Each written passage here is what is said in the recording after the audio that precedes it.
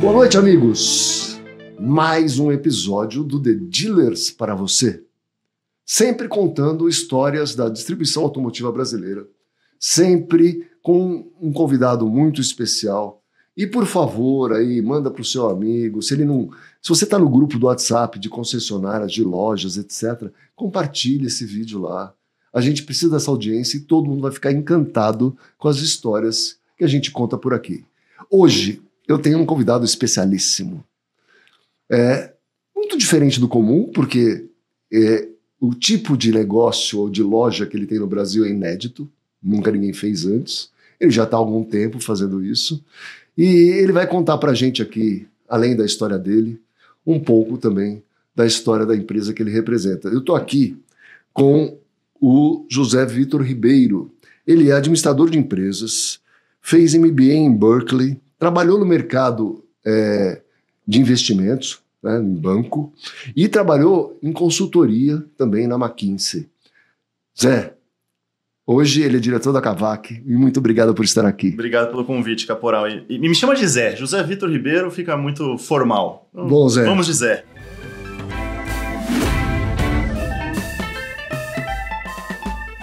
Aliás, nós somos xarás. É isso. Exatamente. Então tá bom. Zé, conta um pouquinho da tua história, como é que você foi parar nesse mercado automotivo, e depois a gente vai falar um pouco de Kavak, de outras coisas mais. Boa, combinado. É um pouco do que você falou, né, Caporal? Acho que a minha história não é a mais tradicional de quem tá nesse mercado. Acho que também porque a Kavak não é uma empresa que entrou de uma maneira tradicional nesse mercado, né? Então a gente vai chegar lá, tenho certeza que vamos tocar nesse assunto. Cara, fiz administração de empresas na GV, como somos eu também. Colegas, né? Tava naquele momento, moleque de 20 e poucos anos, não tinha muita ideia do que fazer, mercado financeiro pagava bem, eu tava precisando pagar as contas, foi um caminho natural ali que eu entrei.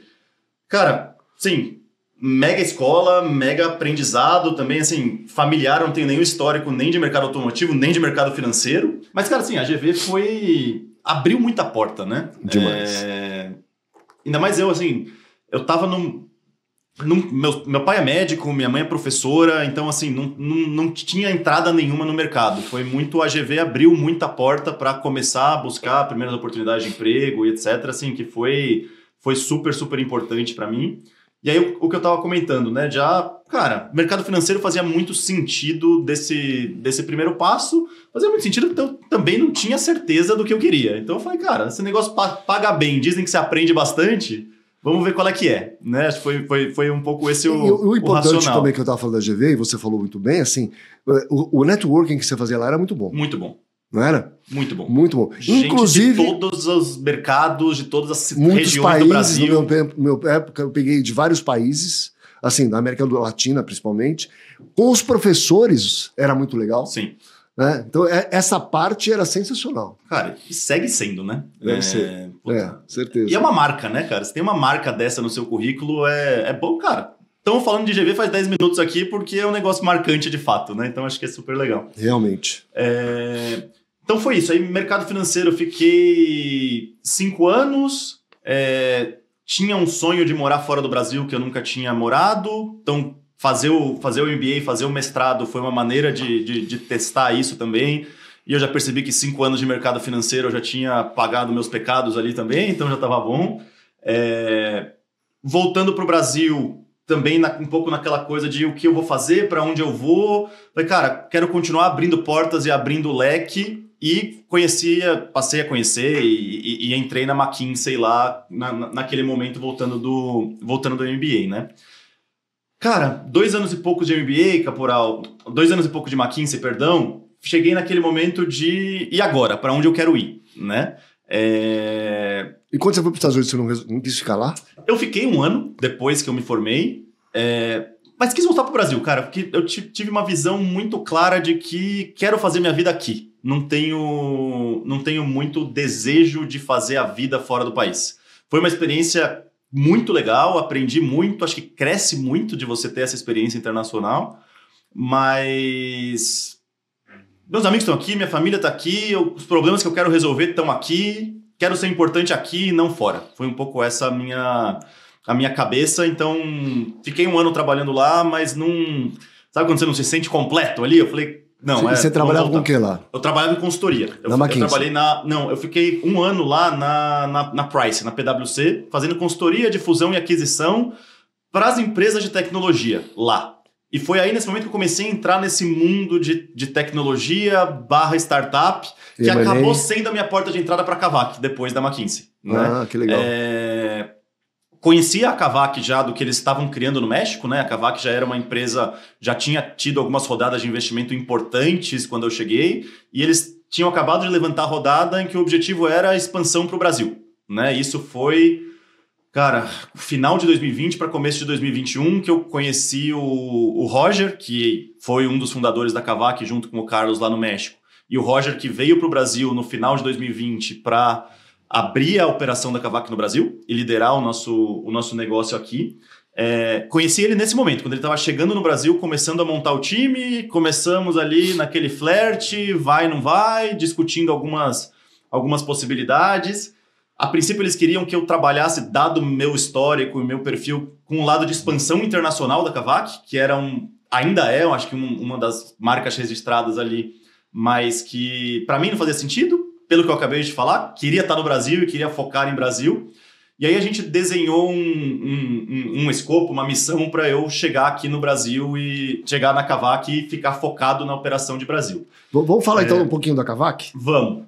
Como é que nasceu, como é que tudo mais. Primeiro, todo mundo acha que a Kavak é mexicana. E é. Ponto. É mexicana, não de mexicanos. Exatamente. Exato. São isso. 2 venezuelanos. 3. 3 venezuelanos. 3. O Ótimo. Carlos, o Roger e a Lori, que é a irmã do Carlos, que também é fundadora. Então são os três. Os 3 são venezuelanos. Que moravam no México. Que saíram da Venezuela pela situação política do país. Deram uma rodada pela América Latina e acabaram no México. O Roger mesmo... Morou na Argentina, morou no Brasil. Morou na Argentina, morou bastante tempo no Brasil e por, oportunidade de trabalho, eles acabaram no México ali, naquele momento. O que eles faziam antes da Kavak? Cara, um pouco de cada coisa. O Roger trabalhou em consultoria estratégica como eu, trabalhou na Groupon bastante tempo aqui no Brasil. Ele teve um papel super importante na Groupon aqui no Brasil. E quando eles se juntaram no México, tanto o Carlos quanto o Roger, eles trabalhavam numa empresa que chamava Linio, que era uma espécie de uma concorrente da Amazon, tá? Naquele momento.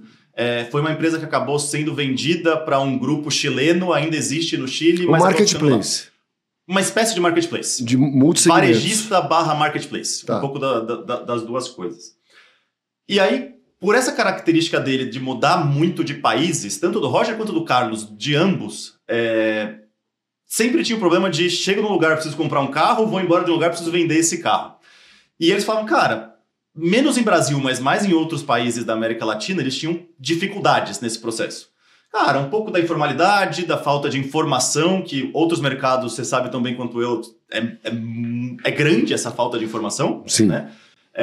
Só, cara, como é que a gente pensa numa maneira de resolver esse problema? Essa dor do mercado. Essa dor do mercado, que é trazer um pouco mais de segurança, entre aspas, né, para esse processo como um todo. Mas mais do que isso, um lugar que você consiga fazer o processo fim a fim e ter um pouco mais de controle de como você está fazendo isso, entender um pouco da procedência do carro que você está comprando, etc., que era uma dor que existia ali que eles não conseguiam resolver. Isso veio junto com o momento, cara, o boom de startups em que você tem uma solução tecnológica para tudo. Primeiro, que eu acho que era uma boa maneira de resolver o problema, mas outro que acho que trazia uma força junto com o projeto super grande, né?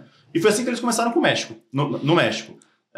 Cara, comprando e vendendo 1, 2, 3, 4 carros, e muito da lógica de vamos comprar o carro, garantir que a gente entende de onde esse carro está vindo, fazer todo o recondicionamento até a mais do que era necessário naquele momento, para vender esse carro de uma maneira, com uma experiência boa do cliente, que eu consiga tratar esse cliente do começo ao fim. Né? Era um pouco isso. Então, e já existia na época, quando eles fundaram, já tinha Carvana, por exemplo, nos Estados Unidos, e pegaram o modelo de quem? Eles não pegaram modelo nenhum. Acho que hoje a gente é muito comparado com Carvana porque tem parecido? similaridades. tem o algumas mesmo, similaridades. Vamos pegar na Europa, Cazoo, Aramis. Exato. Que são... Clicar, são acho modelos que, no similares. geral, são modelos similares. Algumas diferenças, mas a maneira que esse negócio surgiu, e por isso que quando você olha para os países que a Kavak está hoje, é para resolver um problema principalmente de mercados em desenvolvimento ainda. Né? Eu acho que foi muito esse o racional. Por isso que, assim, óbvio, a gente sabia do que estava acontecendo em outros mercados, sabemos do que está acontecendo em outros mercados, mas a gente tenta trazer para a realidade que eu acho que é um dos grandes aprendizados que a gente já vai entrar, para a realidade de cada um dos países onde a gente opera. Né? Então foi muito esse processo que aconteceu lá no México, liderado pelo Roger, pelo Carlos e pela Lori, e nasceu, como todo negócio, cara, carro a carro, pouco a pouco, mas o que eu acho que foi o grande diferencial ali foi que sempre teve uma visão de o que queremos ser, né? Que a gente conseguia transmitir muito bem. De qual é o tipo de produto que a gente quer ter. Foi a proposta de valor do negócio. A proposta de valor do negócio e o problema que você está querendo resolver. Isso. Puta, não é comprar e vender carros pura e simplesmente a proposta de valor, né? É uma coisa muito mais ampla e que você quer ser o ecossistema completo e etc. Então surgiu muito daí. E isso começou a ganhar tração no México. A gente começou a... Você chegou a trabalhar no México? Eu não cheguei a trabalhar no México, eu entrei diretamente no Brasil. Tem algumas pessoas do time da Kavak Brasil que passaram pelo México, eu entrei diretamente aqui no Brasil. Que são da época de antes do Brasil, inclusive. Que são da época de antes do Mas Brasil. Mas aí já estavam pensando em preparar o Brasil. Exatamente. Contrataram brasileiros em geral que estavam no México ou em outros países que, cara, quando a gente for pro Brasil, a gente já começa a ter um time formado que entende do negócio Kavak, mas que também entende, começa a conhecer o Brasil sempre Brasil. foi um target, um país... Cara, acho que quando você quer ter uma empresa, você é latino-americano e quer ter uma empresa internacional, você ganhar Brasil é mandatório. É o mercado mais importante da região. Então, assim, principalmente nesse negócio que a gente está, em que a gente tem uma relação grande com investidores internacionais e tem um papel grande, a expansão tem um papel grande no negócio, a expansão geográfica, Brasil... sim ou sim, tem que ser um mercado importante na região. O que eu não entendo muitas vezes é a escolha da empresa de começar, porque já que eles eram venezuelanos e mudavam de país para país, e o que fica mais difícil para eu entender é porque começaram no México. Eu tenho empresa no México desde os anos 2000. Uhum. Então, nos anos 2000, montei a primeira empresa lá para o setor automotivo, um sistema de gestão para concessionárias e tal. E por que a gente fez isso? A gente levou do Brasil para lá. E a gente fez isso porque o México estava sempre muito mais atrasado do que o Brasil. Uhum. Assim, a conta que a gente fazia era 10, 15 anos atrás, nos processos, sim, na tecnologia. Então, por isso que a gente levou um sistema para lá. Na hora que você cria no México, né, e tenta trazer para o Brasil, e a gente vai discutir, sim, o que aconteceu, etc, mas é mais difícil, no meu modo de ver. Né? Porque, assim, a gente está, no meu modo de entender o negócio, né, a gente está um passo na frente. Eu acho que a resposta está na sua pergunta, Caporal. Porque o problema era mais urgente de ser resolvido no México. Era. Então, não vou dizer que era mais fácil, mas era mais urgente de ser resolvido e a porta de entrada estava escancarada, né? Para você testar e provar o seu modelo de negócio e começar a aprender nesse mercado também, né? Além do lado, acho que mais circunstancial, digamos assim, que eles estavam morando no México há alguns anos naquele momento. Já, né? Perfeito. Então, o último, ali no que eu te comentei, era no México. Eles ambos estavam já lotados lá e então morando lá e sentindo essa dor ali também. Claro. Né? Então, acho que acabou sendo natural começar o negócio por ali. E, cara, foi um negócio que começou a crescer relativamente rápido. Começou a chamar a atenção de alguns desses fundos de investimento, venture capital, etc. E começou a injetar dinheiro. Começaram a surgir algumas coisas... Quando foi a primeira rodada? A primeira rodada, tem chance de eu estar errado, mas eu acho que foi 2017 para 18. 17 para 18. Você lembra o valor? Pequeno. São aquelas rodadas bem pequenas. Mas teve algum dinheiro de seed, anjo, antes? Cara, alguma coisa sim, assim? Alguma coisa ali, friends and family, pequeno, para ajudar a comprar os primeiros carros. E começar a pensar no que é o produto que a gente quer desenvolver, né? E aí foi um negócio que foi se bancando até a gente ter as primeiras, o Round A, Round B ali junto com... Então 17 foi o primeiro? 17 para 18. Para 18. Foi o primeiro. Mas aí e foi aí que acho que a coisa começou a ganhar tração, né? Que começou a crescer na Cidade do México. A Cidade do México é um mercado gigantesco, né? Então... É maior que a cidade de São Paulo. É maior que a cidade de São Paulo. O negócio começou a ganhar uma certa atração, começaram a surgir outros players em outros países da América Latina com ideias parecidas. Por exemplo, a Click Cars na Argentina, com quem a Kavak se fundiu, né? Em 2019 para 2020. Era Match, era Click Cars ou Car Match? Na Argentina. Do Jaime. Do Jaime. Porque a gente teve... Engraçado isso, né? Uma coisa bem interessante que o Jaime trabalhava na OLX, na OLX. Na OLX, sim. Isso. Quando ele saiu do LX, a gente tinha acabado de ser vendido para a PSA. Tá. E me liga um cara da França, falando assim, olha, tem uma outra empresa para a gente comprar na Argentina. Tá. Que a gente investir, alguma coisa assim. Mas quem estava mais interessado era a Aramis, que tinha sido vendida antes para o grupo PSA, etc. Mas eu participei de uma reunião com o Jaime naquela época. Tá. E eu falei, olha, tá meio diferente do que a gente faz. Não tem muito... business é complementar, né? É complementar, exato. Não é eu falei, tem muito mais a ver com a Aramis do que com a gente. Né? Então, tanto é que o Guilherme da Aramis foi para a Argentina, sentou com o Jaime, etc., para ver se tinha. E acabou não dando certo. E acabou dando certo com a Kavak. Foi dando certo com a Kavak. A junção de forças ali. Não, mas é interessante como essas... As coisas se conectam, né? Exato. Muito interessante. O ecossistema tá aí, né? Não tem muito para onde fugir. E, cara, o negócio crescendo no México principalmente, acho que a Argentina estava um passo atrás ainda em termos de tamanho do negócio, veio a pandemia, né? Que parecia ser um problema gigantesco, acho que foi um problema gigantesco para todo mundo, mas para o modelo de negócio que a gente estava fazendo no México também ajudou. Para todos os e-commerces mundiais, né? Assim, por mais que a gente não seja exatamente um e-commerce, tem um lado de e-commerce. Tem, claro. Né? E aí ganhou uma atração. É um digital dealer, eu costumo dizer assim, né? Um dealer digital mais digitalizado que os dealers que estão no mercado, estavam naquela época. Exato. Né? Então estava mais bem preparado para fazer esses negócios. Exatamente, acho que é muito por aí, Caporal. Simultaneamente a isso, já tinha conversas de uma rodada aí sim bastante significativa de investimento desses fundos. Antes de vir para o Brasil. Antes de vir para o Brasil. O Brasil veio como, cara, a maneira de investir esse dinheiro que foi levantado. Tá. Né? E você lembra quanto foi? Quando foi? Foi 2020. 2020. E quanto foi? Foi bastante. Foi bom. Foi bom. Trouxe, cara, acho que a gente fez os números são públicos. Os números são públicos, cara. A gente chegou com um cheque de até $200 milhões para investir no Brasil. Isso foi o que foi anunciado lá atrás e é um número real. Mas o investimento total foi bem mais que isso, eu lembro. Foi. E a empresa naquele momento foi avaliada em 8,4 bi de dólar. Né? Então teve uma rodada anterior em que a avaliação da companhia já tinha sido 1 bi de dólar, 2 bi de dólar, aí teve essa rodada de 8 bi de dólar. 8,4 bi de dólar. Então foi...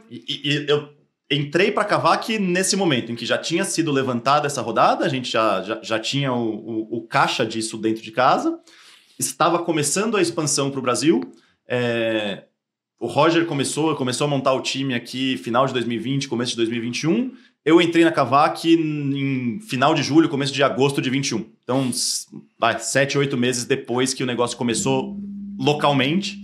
E uma coisa interessante, não sei se você sabe, eu fiz uma reunião com o Carlos e com o Roger, e eu não sei se a Lori estava também, mas com o pessoal do SoftBank. Sim. Então eu fiz essa reunião, eles que promoveram a reunião e tal, para ver se tinha alguma sinergia, alguma coisa à época e tudo mais, e ficou naquela reunião, a gente não conversou mais. Até o Roger vir para o Brasil antes de montar a Kavak. Aí eu conto, mas continua a história aí que depois... Agora fiquei curioso. Como foi a conversa com o Roger quando ele veio para o Brasil? Quando a gente já sabia o que era a Kavak, já tinha feito a reunião com o SoftBank, etc. A gente montou um plano, assim, falou assim, olha, como você falou muito bem, é complementar. Então ele fez uma listinha. 2 colunas. O que a Kavak pode ajudar a Autoavaliar, o que a Autoavaliar pode ajudar a Kavak. A gente fez uma lista enorme e fomos batendo ponto por ponto com o Roger. E foi divertido, e o Roger é uma pessoa querida que eu gosto muito, mas no final ele falou assim, não precisa de nada disso. Nada disso que eles falaram, a gente já tem nosso modelo do México, a gente já não sei o quê. Aí a gente ficou olhando para ele e falou, tá bom, vou falar o quê? Né? Bateu uma lista toda e tal, e engraçado porque ele nem sugeriu nada novo. Porque eu falei assim, vai que eu tô imaginando uma coisa, né? E uma coisa é outra. Mas ele não falou nada, assim, não interessa. Beleza, e tudo bem. Agora, a gente tem uma visão, nós somos brasileiros, né? e fala assim, o Brasil, a gente não fala que o Brasil precisa ser estudado, ser empreendedor no Brasil, não sei o quê, porque a gente tem um monte de país aqui dentro. Sim. Né? É muito regional as coisas, muito diferente. E a dificuldade, por exemplo, autoavaliar foi para alguns países. Uhum. Nós só quebramos a cara. Né? Até aprender a trabalhar aqui no país, gastamos milhões. Uhum. Assim, no México, na Argentina, na Europa. É como...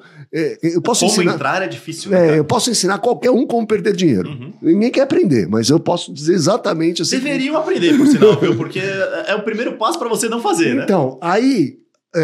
e uma das falhas nossas é não ter pego o suporte de uma empresa local. Uhum. Isso para mim ficou claro. Sim. Assim, porque se a gente tivesse pego o suporte de uma empresa e depois a gente virou para isso, a gente não ganhou dinheiro, mas parou de perder. Sim. Porque só perdia, num volume absurdo. Sim. Né? E então a gente falou, bom, então pedi ajuda. Aí eu tentei reproduzir, nós tentamos reproduzir o problema que a gente teve, falar assim, ó, a gente pode suportar vocês nisso, vocês podem ajudar a gente nisso, a gente vê vantagem, é uma troca e vai ser tudo bem. E aí foi assim. Eu acho que assim, o momento dessa conversa, que foi a entrada da Kavak no Brasil, quando o Roger diz eu tenho tudo isso no México já e quero trazer para cá, é verdade. Também acho. Acho que tinha muita coisa sendo desenvolvida lá e que funcionava e funciona muito bem naquele mercado. Muitas das coisas que a gente conseguiu trazer e, cara, de fato, efetivar no Brasil e faz funcionar. Mas tem uma outra coisa que é muito intrínseca do mercado do Brasil, cara. Você, do caminho oposto, aprendeu isso também, né? Acho que nem tudo que funciona no Brasil vai funcionar no México, vai funcionar na Europa e daí por diante. Eu lembro o pessoal assim, não dá para colocar, e o cara fala assim, colocar autoavaliar na box e mudar para os países. Eu falei, eu não consigo. Não é simples assim. Então, a gente passou num primeiro momento, acho que talvez dores similares com a sua que você comentou aí, de, cara, a gente tinha um modelo de negócio que estava funcionando, que, puta, de uma maneira ou de outra, levou a gente a valer 8,4 bilhões de dólares. Você fala, cara, quero trazer esse modelo de negócio, copiar e colar e trazer ele para o Brasil, né? E fazia muito sentido, o modelo de negócio fazia sentido, ainda faz, né? E estamos provando isso e conseguido trazer muita coisa positiva para cá. Mas eu acho que, de fato, ali a gente demorou ou custou um pouquinho para aprender que tinha que adaptar muita coisa para a realidade do mercado do Brasil. E isso se juntou a um contexto em que a expansão foi bastante rápida, né? Eu lembro, vocês começaram a alugar espaços em shoppings no Brasil começou inteiro. Rio e BH. São Paulo, Rio e BH. Mas eu lembro que um amigo meu tentou alugar uma área num shopping lá de Campo Grande. Tá reservado para Kavak. Aí enganaram ele. Ele. Tentaram subir o preço. Juro que eu Sério? participei dessas discussões aí. Como foi? Então era só Rio e BH mesmo? Era São Paulo, Rio e BH que a gente Estado. tinha. Rio de Janeiro e BH. Você abriu Sorocaba. São Paulo era estado, Rio de Janeiro e BH capital. Tá. Tinha Nova Iguaçu no Rio de Janeiro também, mas é ali, região metropolitana. Então foram onde vocês bloquearam. Então a gente teve, no estado de São Paulo, a gente teve Sorocaba e teve Campinas. Tá. E Grande São Paulo, Rio de Janeiro e Belo Horizonte, né? E uma expansão super rápida, né? Eu acho que a gente chegou nessas cidades de uma maneira muito, muito rápida. E eu acho que um pouco enquanto a gente estava aprendendo dessa realidade do mercado brasileiro ali também. Mas ao mesmo tempo, assim, que a gente estava fazendo essa expansão rápida, que a conta não ia fechar no curtíssimo prazo. E você era sabia sabido disso? Por todos, por nós, pelos investidores. Vocês já tinham uma conta de cash burn que ia fazer. Que ia fazer para garantir essa expansão e para ter esse lugar reservado, cativo. E crescer rapidamente, porque o cash burn, é bom esclarecer todo mundo aqui, muitas vezes o pessoal não está acostumado com isso. O investidor, ele claro que ele quer que a empresa tenha um ponto de equilíbrio, um break-even point e comece a dar lucro. Mas para ter a expansão, ele faz aquele investimento para ter uma expansão rápida. Exato. Crescimento e primeira linha ali é super importante. E aí queima-se dinheiro, vai. Sim. O cash burn é queimar caixa. A tradução é essa. É essa, né? E faz em função daquilo, né? Uhum. Então era sabido e era acordado. E vocês já enxergavam em algum momento que ia ter o break-even? Sim, já era sabido. E aí, cara, existem diversas maneiras de você chegar lá, né? Uma maneira é você cresce super rápido e aí o seu volume é tamanho que paga a conta, que era um pouco da cabeça naquele momento. No entanto, isso aconteceu ao mesmo tempo em que no mundo inteiro, o pós-pandemia, cara, questão de taxa de juros nos mercados envolvidos, etc., o dinheiro ficou muito mais caro e os Sem investidores liquidez. sem liquidez, e os nossos investidores, que são parceiros super importantes nossos, falaram, cara, não quero que você cresça tão mais rápido assim. Me mostra que esse negócio no Brasil vai pagar a conta, né? A maneira de fazer isso é, se é assim, se não é crescendo tanto, não vai ser o volume que vai me pagar a conta, deixa eu garantir que eu tenho uma operação muito mais redonda e do tamanho que eu preciso. Porque a gente estava no momento, Caporal, em que a gente estava nessas 3 cidades já com o time preparado para a quarta, já com o time pensando na quinta. Deixa eu sabe? colocar um ponto aqui que acho que é bem interessante, e você, como uma pessoa que já foi dos outros mercados, vai ajudar bastante. A Carvana, por exemplo, fez IPO. Uhum. Né? Vocês, empresas menos valiosas que vocês, já teriam feito um IPO. Sim. Por que vocês nunca fizeram? Não é algo que é impossível de acontecer no médio prazo. Acho que é uma conversa que existe. Porque não precisava ter feito no Brasil. Você podia ter feito nos Estados Unidos. Feito... Exato. Acho que, sim, pensando no modelo internacional de negócio, se for fazer, faz mais sentido ser no Brasil, inclusive, na tá Nasdaq, fechado, nos Estados Unidos, etc. Cara, a gente quer ter uma operação muito redonda e os números extremamente sólidos para ser avaliado e valuado como a gente acha que Mas tem que quando valeu... não existia nenhum negócio automotivo de varejo, de distribuição de veículos, né? B2C, nessa valuation naquela época. Não. Então. Tínhamos o valuation no mercado privado. Não precisava ir para o mercado público naquele momento. Tá. Não, a gente não tinha... Cara, você acaba indo para o mercado público também como uma maneira de captar recursos. Sim. Né? A gente conseguia captar o recurso que a gente precisava para a expansão que a gente queria fazer. Na época, a Carvana estava avaliada em quanto? Era mais, né? Não lembro, era mais. Mas no Hemisfério Sul, vamos dizer assim. Não tinha nada. Não tinha nada. Do lado de cá do mundo não tinha nada. Então, assim, eu acho que a gente acredita que a gente pode valer isso e mais. Né? Então, continuando tendo resultado redondo, estando pronto para isso, porque a partir do momento que você se torna público, putz, o nível de diligência e acompanhamento é muito maior. Você precisa justificar e mostrar muita coisa que se resolve dentro de casa. Você passa a ter que abrir 100% da sua cozinha também, né? Das decisões de investimento, para onde você quer ir, com que velocidade você quer crescer e etc. Então, uma coisa é você conversar com os seus investidores que estão ali no seu conselho, outra coisa é ter que tornar tudo 100% público. Mas, ao mesmo tempo, assim, o investimento parou. Assim, a última rodada foi 8,4. Foi quando foi avaliado em 8,4. Porque a gente continua com uma posição confortável de caixa. Então, vocês estão em 9 países, é isso? A gente está hoje Argentina, Chile, México, Brasil, Turquia, e aí tem lá o lado de Emirados Árabes, mais Arábia Saudita, mais Omã. São esses os países que a gente está. São 9 operações, é isso? São... Por aí. 9 operações, porque depende de como você conta os países lá do Oriente Médio. Do Oriente Médio, mas é isso, são 8 ou 9 mercados, dependendo de como você conta. Então, e aí... Grande, cara. E operações representativas em todos os países, tá? Não tem nenhum lugar que, tá vendendo 10 carros por mês só para falar que tem. Não, são operações importantes nos países. Então, e aí foi uma decisão estratégica. Vamos reduzir no Brasil, mas ao mesmo tempo aproveitar as oportunidades que estão surgindo em alguns países. E vocês cresceram nesses países de uma maneira...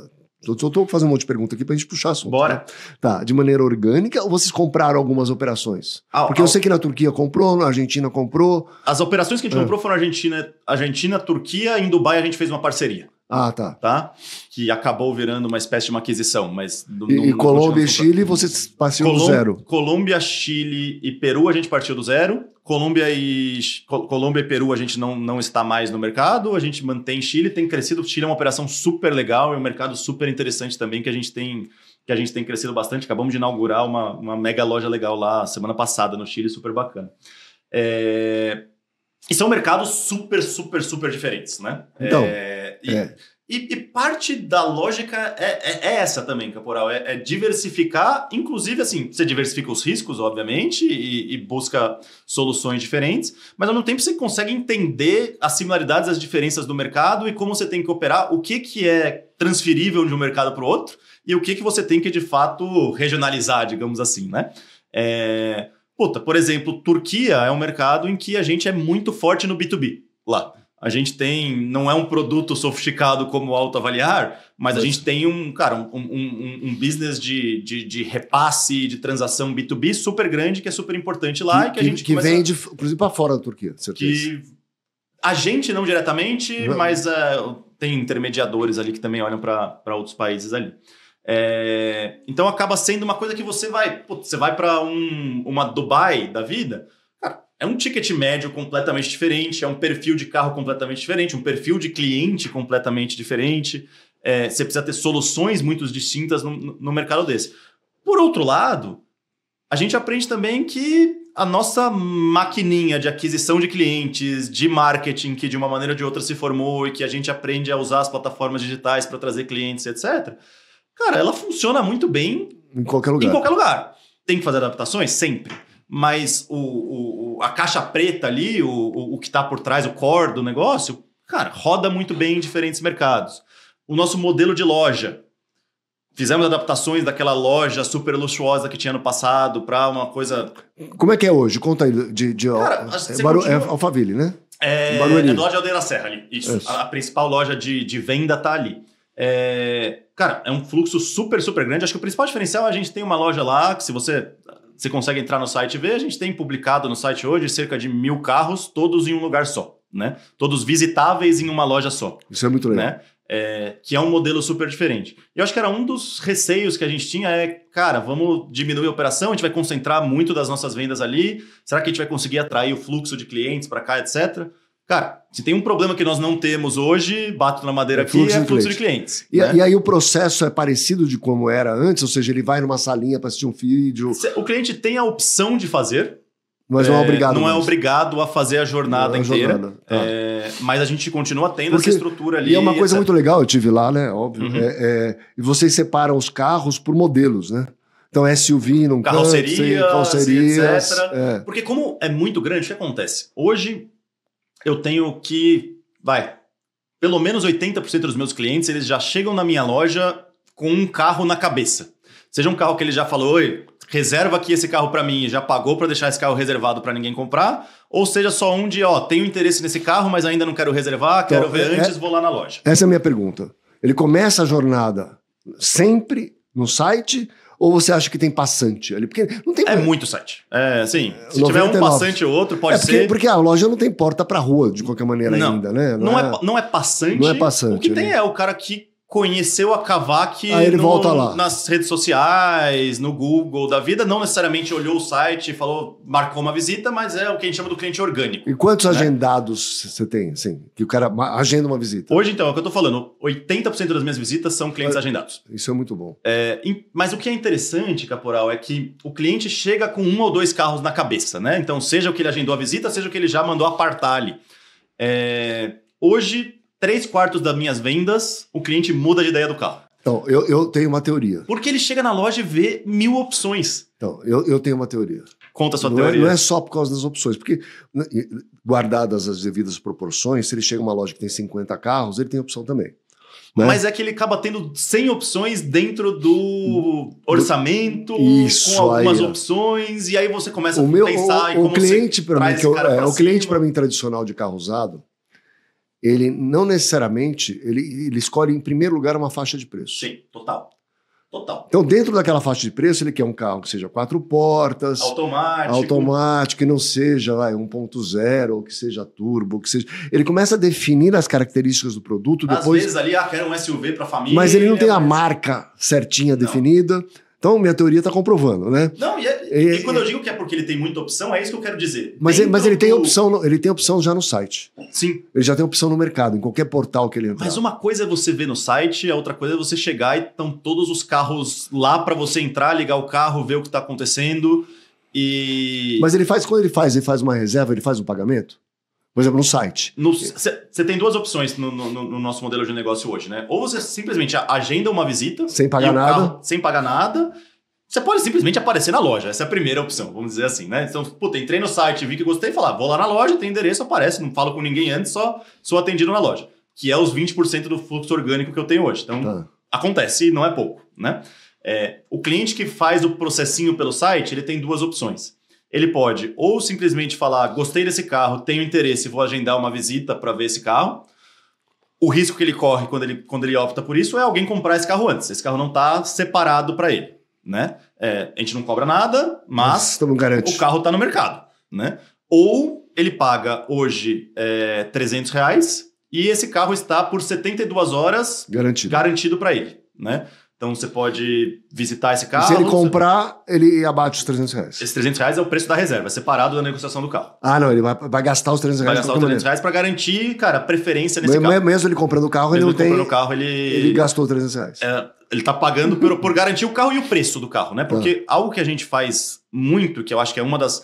Quando eu falo das coisas que a gente trouxe, que obviamente a gente melhorou, evoluiu, mas que a gente trouxe do México e funciona, é o nosso modelo de precificação. A gente tem um preço dinâmico, não vou te falar que é igual o Uber que muda o tempo inteiro, mas os preços do carro de acordo com o mercado, você olha sempre o mercado. De acordo com o tempo de estoque na minha mão e etc. E preços sobem também. Né? Claro. E muitos clientes veem isso, né? Como a jornada, você sabe tão bem quanto eu, a jornada de compra de um cliente não é de 2 dias, ele tá lá acompanhando no site, fala, o carro tá 70 mil, opa, tá 73, o que aconteceu? Né? Deixa eu entender. Então a gente também... E aí ele vai lá, chora um desconto e você não dá. Porque você é mal. A gente dá muito pouco desconto. Dá, né? Muito pouco desconto. Mas assim, na verdade... E a lógica é transparência. Exato. O preço do carro é o preço do carro que está no site. É uma mudança de paradigma. Tem cliente que fica maluco, que fala, cara, se eu estou comprando um carro, eu quero um desconto. A gente é flexível em alguns casos, em outros casos a gente fala, eu sei que eu vou vender o carro por esse preço também, sabe? Eu tenho uma frase que eu gosto muito, né? Que eu falo assim, você anuncia um carro para vender ou para dar desconto? Exato. Né? Você anuncia o carro para vender, você já tem que colocar o preço, que é o preço que você acredita que vai vender o carro.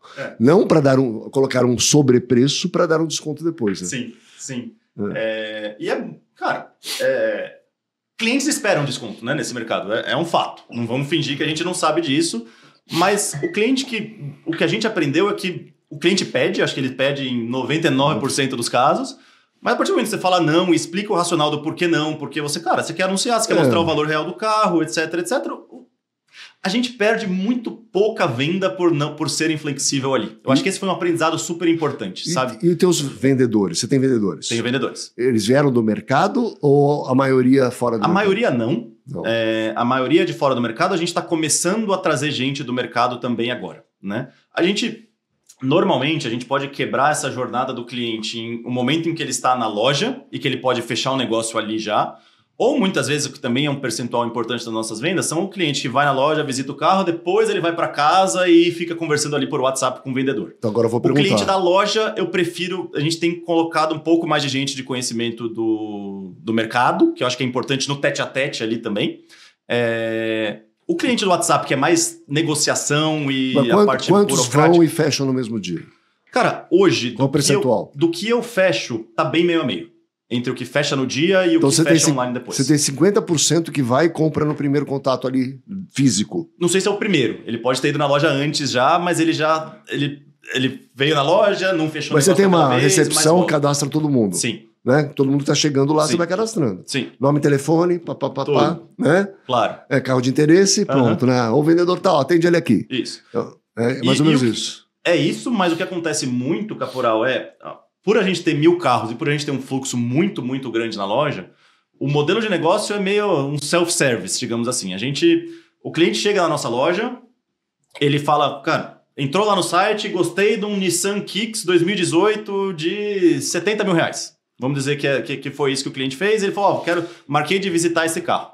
Na hora que ele chega na loja, fala, sou aqui, sou o Caporal, vim visitar o meu Nissan Kicks, tal. O que a gente oferece para esse cliente primeiro a gente tem um vendedor que explica para ele como funciona todo o processo e a gente imprime uma folha para esse cliente com outras 20 opções de carro de faixa de preço parecida e opções que podem ser atrativas para esse cliente também. Para todo mundo? Para todo mundo que entra na loja. Fala, o seu Kicks está ali na vaga C20, que você foi lá na loja, você viu? Cara, todas as vagas têm um mapinha super intuitivo, mas todos os carros estão na vaga específica que eles estão apontados no site. Mas estão aqui, outras 20 opções de carros que podem ser do interesse do senhor, faixa de preços parecidas, e tá aqui, cada uma tá na vaga designada aqui dentro desse mapa. E aí você pode fazer... Ele pega o carrinho de compras dele e sai andando. Você faz tudo o que você quiser com o carro, desde que você não mova esse carro, não movimente esse carro. Então, liga, abre o capô, abre o porta-malas. Então a chave tá lá. A chave tá dentro do carro. Tá? E a gente tem vendedores espalhados pelo piso, né? Por essa loja inteira. Então, não necessariamente o mesmo vendedor que atendeu o cliente lá, que ele deu boa tarde, vai ser o cara que vai acompanhar ele na jornada inteira. A minha lógica eu tenho muito mais cliente do que vendedor dentro da minha loja. Claro. Logo, eu não consigo ter um atendimento 1 para 1. Então você tem que fazer o esquema de magazine, loja, cara, você tá... loja de varejo normal com as prateleiras. Que você tá ali andando pela prateleira e se você tem interesse, você chama ajuda, você pede ajuda de um vendedor. Tá, aí eu gostei do carro. Tem cliente que adora. Tem cliente que odeia. Tem cliente que odeia. O cliente que odeia, a gente coloca um vendedor do lado desse cliente. Tá, mas aí eu tô lá sozinho, escolhi um carro. O que eu faço?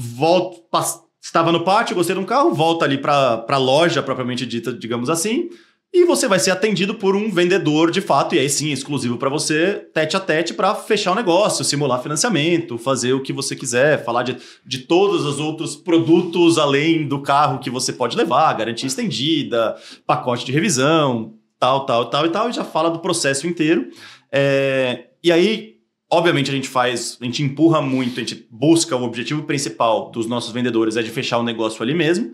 Mas o cliente que fala, vou pensar, preciso ainda ver com o meu marido, com a minha esposa, com o meu cachorro, se é isso mesmo, ou, não, quero ver um carro em outro lugar ainda antes de fechar, ele passa a ter um atendimento remoto por WhatsApp, a partir desse momento, que tem todo o histórico do que foi a negociação ali, mas você vai fechar o negócio e os extras, digamos assim, os adicionais, por WhatsApp com um vendedor que não necessariamente é o mesmo que te atendeu na loja. Tá. Até por isso, porque o cara que te atendeu na loja está atendendo o outro cliente da loja, possivelmente. Você tem separado o que fazem, o BDC lá? Era 100% separado até recentemente, a gente está juntando para as pessoas conseguirem fazer as duas coisas. Né? Se eu tenho um fluxo gigantesco na loja, ele vai lá e ele o cara que está no WhatsApp vai para o piso e atende, e o oposto também é verdadeiro. Num dia de semana, às 3 horas da tarde, que tem um monte de gente no WhatsApp e pouca gente na loja, coloca mais gente ali para responder o meu cliente. Como é que você separa, por exemplo, quem fechar ganha comissão? Quem fechar ganha comissão. E tem um lado que a gente, não cria briga, a gente coloca também, que tem que ter uma conversão mínima do time, né, para comissão. Então a comissão é escalonada. Tá. A depender de como o time como um todo vai, a comissão por cada venda é maior, né? E aí eu posso torcer pelo outro. Eu torço um pouco mais pelo outro. Obviamente, fechar a venda em si acaba tendo mais. E o que acontece muitas vezes também é o cliente falar, falei com a atendente Maria, quero fechar com ela. Ela já sabe tudo. E a gente direciona e fecha. Então isso acontece também, né? Mas assim, como a gente tem um volume muito grande de clientes e cada vendedor e cada atendente tem um volume grande de clientes na carteira ativo naquele momento, acaba que essa briga acontece muito pouco, sabe? Porque ele tem que trabalhar a carteira dele. Ele tem que trabalhar a carteira dele, que está sempre lá. A partir do momento que o cliente... O CRM de vocês é próprio? A gente usa Salesforce, com algumas coisas próprias dentro, que a gente faz algumas adaptações. Mas o que eu ia te falar só, Caporal, enquanto o cliente está na loja, tem um vendedor específico ali que foi assignado para ele. A partir do momento que ele foi online, é outro vendedor específico, mas também que fica o mesmo na jornada inteira, né? Então, 100% do tempo que ele está no WhatsApp é com a mesma pessoa. E aí você vai fazendo esse controle por ali. Funciona, cara. Tem funcionado. Óbvio que vão aprendendo, ajustam coisas, etc. Mas o processo tá... Para a escala que a gente quer ter, tem que ser um processo diferente. Tá. Né? Então, e essa loja, a única loja que a Kavak tem hoje é uma super loja para ali. Venda. Para venda. A gente tem outras lojas que fazem pós-venda, serviço de manutenção, garantia estendida ou não, etc. Mas são oficinas? Cara, posso só receber o carro e fazer o básico ali de uma oficina. São lojas que estão... Essas duas lojas que fazem o pós-venda estão em shoppings, né? É o Golden Square em São Bernardo do Campo e o SP Market ali nos andares de cima do SP Market. E aí eu tenho uma mini oficina, eu tenho algumas rampas ali que consigo fazer mecânica leve, serviço de manutenção eu consigo fazer, uma revisão eu consigo fazer tranquilamente nesses lugares. E eu também, todas as lojas, incluindo essas 3, eu tenho outras 3 que são focadas em compra de carro, né? Que são onde eu só faço a avaliação e a captação desses carros. Então hoje eu tenho presença Kavak espalhada na Grande São Paulo. Tenho 6 lojas. Vão ser 7 ou 8 setembro, outubro ainda. Não sei quando você vai colocar isso no ar, mas muito em breve vai ser um pouquinho mais. Mas para venda eu estou concentrando em uma só. Em um caso ou outro, eu ainda entrego o carro em outra loja, mas é muito concentrado numa loja. E vamos falar de pós-vendas. Vamos falar de pós-vendas. Que no começo... Não imaginava que essa pergunta ia chegar, Nunca. Caporal. Não imaginava, não. Não, eu acompanho as redes sociais da Kavak desde o início e olho os comentários, né? Lógico. Então, no começo... E hoje melhorou muito os comentários. Eu Sim. olho até hoje. Uhum. E no começo, a grande reclamação da Kavak era o pós-vendas. Sim. Né? E aí, teve até o caso lá da Patrulha do Consumidor, Sim. aquela coisa toda. Como é que você lidou com isso? Assim, porque eu acompanhei Creditas também, Uhum. Volante, etc. Todas tiveram os mesmos problemas. A história era muito Muito parecida, Uhum. muito parecida, porque o volume era muito grande. Sim. E ou não avaliava direito, ou não fazia a revisão direito, ou acontecia alguma coisa que dava muito pós-vendas. Uhum. Conta pra gente um pouco sobre isso. Cara, eu acho que a gente, e alguns outros também, tinham um agravante de que a gente, num primeiro momento, vendia carro já com garantia estendida padrão, né? A gente nem cobrava por isso, o cliente já saía com garantia estendida do carro. Então a garantia era própria. A garantia própria. E aí ele só tinha um lugar pra arrumar. É isso, lá. Cara, eu acho que assim, primeiro, obviamente teve um volume grande de reclamações que a gente teve que lidar e que muitas delas faziam sentido.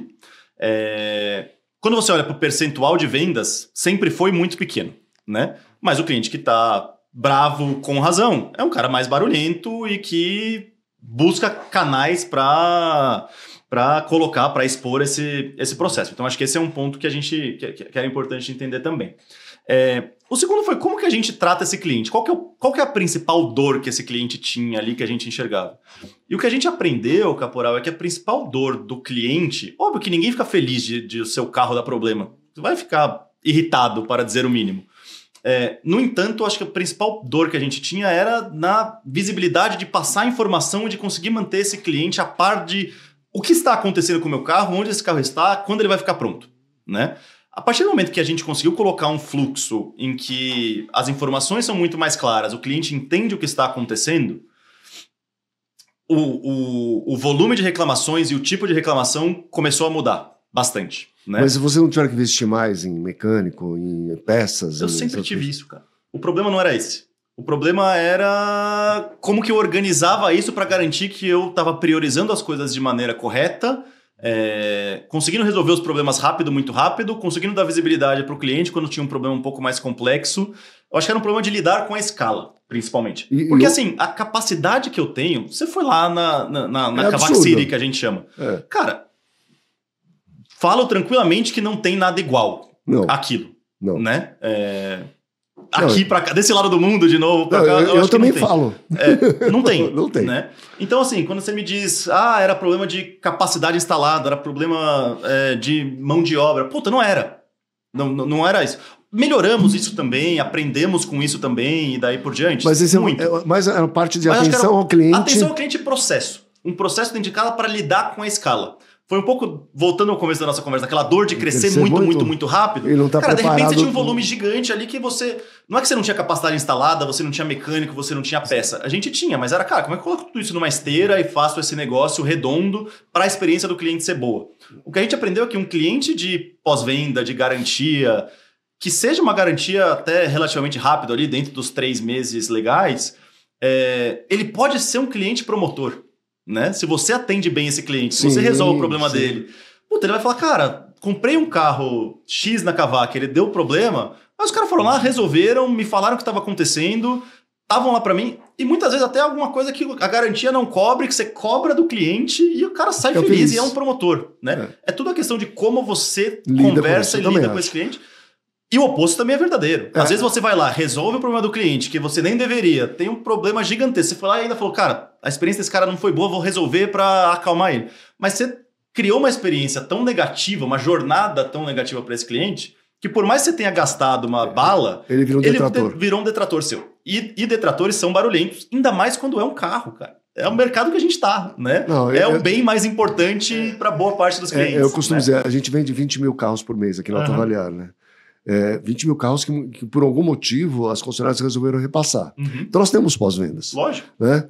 E nosso cliente, ele é recorrente. A gente quer que ele continue comprando da gente todos os meses. Né? Bom, Cada vez que eu perco um cliente, esse lifetime value dele eu perco, e ele para de comprar de mim e me detrata. Lógico. Então eu tenho que trabalhar muito bem tudo isso, e nem você falou. E é tudo um caso, não é assim, é de atenção realmente. Problemas você tem até hoje, né? Sempre. Óbvio que você quer diminuir, criar processos para reduzir os Mas problemas. é atenção, é ser rápido nessa atenção. Exato. Saber. Então, aqui, por exemplo, sou eu, toda semana, eu recebo todos os casos. Todos os casos. Todos os casos. A gente olha caso por caso, a gente faz uma reunião para discutir caso por caso. É claro que a gente separa lá, caso com mais de 15 dias, menos de 15 dias, o que está acontecendo, os valores mais altos. Cara, o que tá... Eu também. Eu também olho todos os casos que seja... Para dar uma solução, né, meu? Precisa resolver o problema. O que eu falo pro meu time é assim, tá, nesse momento ele parou de comprar. Quanto ele representa de prejuízo pra gente, além do que você está falando que eu tenho que pagar? É isso. Né? Se parar de comprar. Né? A sua hora investida ali se pagou muito se você trouxer esse cliente de volta, claro, né? Assim, que claro. você tenha que colocar um prejuízo por uma transação específica que possa ter sido um problema. E Caporal, trabalhamos com carros usados, né? Seminovos, usados, como seja. Cara, dá um problema. Carro zero dá problema também, né? Você conversa com muita gente também que enfrenta isso. Então, é o como lidar e, repito, acho que a gente como Kavak Brasil, a gente tem um ponto de partida que é a nossa estrutura física, que coloca a gente num patamar acima. Que o cliente vai lá também, ele cria uma expectativa diferente quando ele vê. Claro, né? Vocês levaram a régua nessa instalação. E comunicamos isso também, né, lá atrás. Acho que tem uma questão de alinhamento de expectativa também que é super importante. Eu né? acho. E aí vocês começaram a trabalhar garantia estendida à parte, estão vendendo, e financiamento. E financiamento. E seguro não massificado, que não é garantia estendida, seguro de alto mesmo. Sim. A gente tem hoje, acho que uma das nossos braços que é super importante para o nosso business aqui no Brasil e globalmente também é a Cuna. A Cuna é a nossa financeira, ela chama Kavak Capital até recentemente, teve uma mudança de nome para Cuna. Cuna é uma financeira, né? Cuna, assim, tipo cunha em espanhol, berço? K-U-N-A. Cuna. Cuna, K-U-N-A, não é K-U-N-A, O objetivo ali é, cara, de fato ser uma financeira. De novo, voltando para a realidade do México, começo da nossa conversa, eu acho que ali tinha um problema maior a ser resolvido, que era o mercado de financiamento de crédito lá, financiamento de carro lá. É muito difícil conseguir financiamento, caro, é doloroso. Eu sei né? bem, eu conheço bem esse mercado. Você conhece bem esse mercado. Então, e se o cara é estrangeiro, então, meu amigo, esquece. Nem tente, né, para não sofrer. Então foi um pouco assim, nasceu para resolver aquele problema. Ok. E hoje é um player extremamente significativo no mercado de financiamento de automóveis, principalmente de seminovos lá no México, né? Mas lá, é apartado.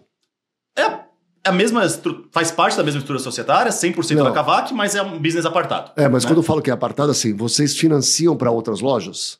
No México, sim. Sim. No México, sim. Então é apartado. No Brasil, estamos começando a olhar.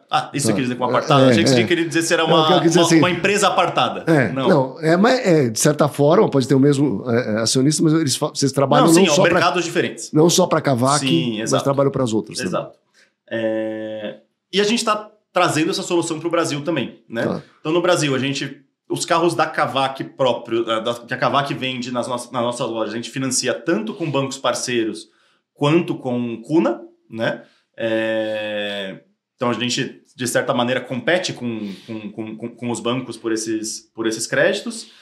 E eu acho que o principal diferencial que a gente tem ali, Caporal, é que, assim, para bancos, você sabe isso muito bem, retomar carros é um problema, né? Para mim é uma solução, cara. Quero ter mais carros no meu ecossistema aqui também, eu sei o que fazer com esse carro, né? Então acaba que a conta é feita de uma maneira um pouco diferente, né? Eu não sei se você conhece, nos Estados Unidos tem um sistema que chama Buy Here, Pay Here, né?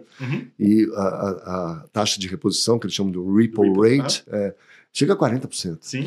E é um puta no negócio. É um baita no negócio. É um baita no negócio, né? Porque volta o carro, lá ele perde tudo que deu, né? Então você já recebeu alguma coisa por aquele carro, então isso você vende outra vez.